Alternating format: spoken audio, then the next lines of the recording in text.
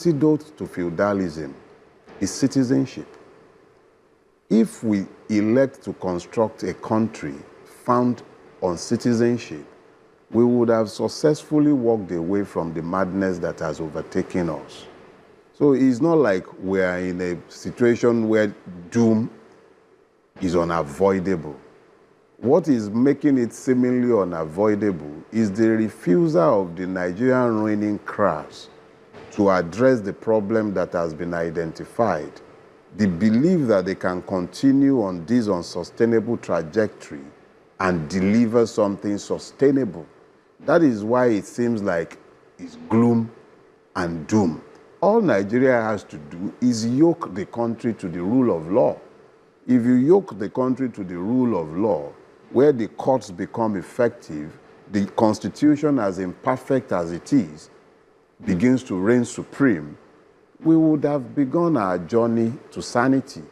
But we cannot continue our current trajectories and then expect that something positive will come out of what is manifestly evil. That is why it might seem like it's gloom and doom.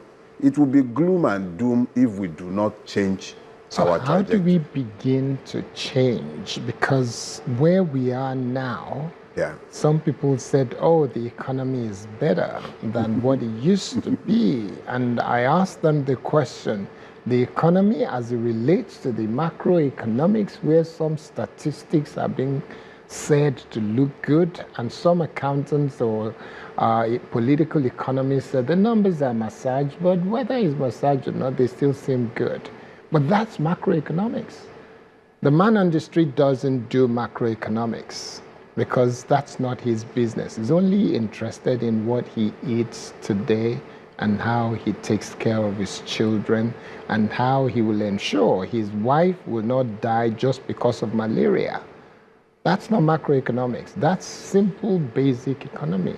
Your thoughts?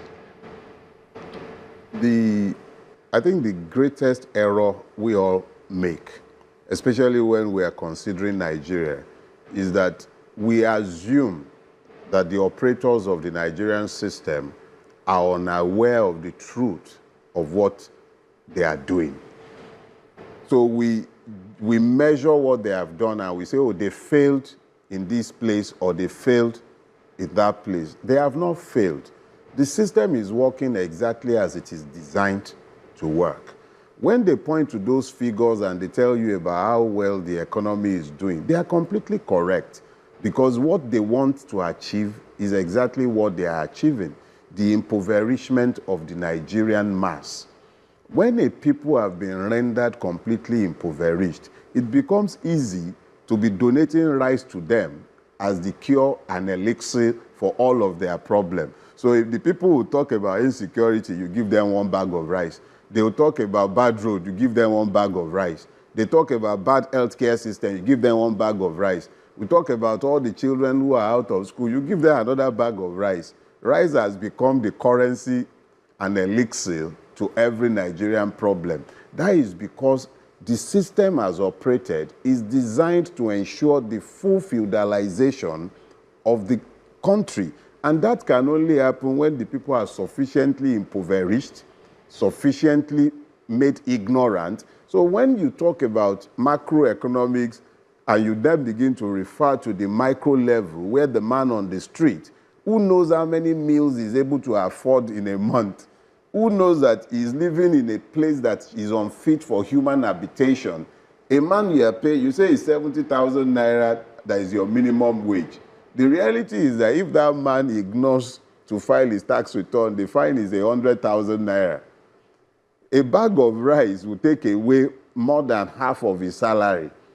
So you have deliberately pauperized him. It's not as if you don't know what you're doing. Those are deliberate choices. The same government and country that can afford to keep lawmakers in luxury, governors living like pashas, the same country that can choose to build roads without tenders, that can choose to just throw money around like drunken sailor, is ensuring that the opportunity for the people to enrich themselves have been shut down and the process of impoverishment has been weaponized for all. So those numbers and the interpretation that persons in government are giving to it, I think we should take it as their own measurement of the economy. And then we should then take the time to be honest enough with ourselves. Are the people truly better off today, or are the people deeper in poverty? Their own figures will suggest we have over 140 million Nigerians living in multi-dimensional poverty, and they are clapping for themselves about a good economy. Okay, so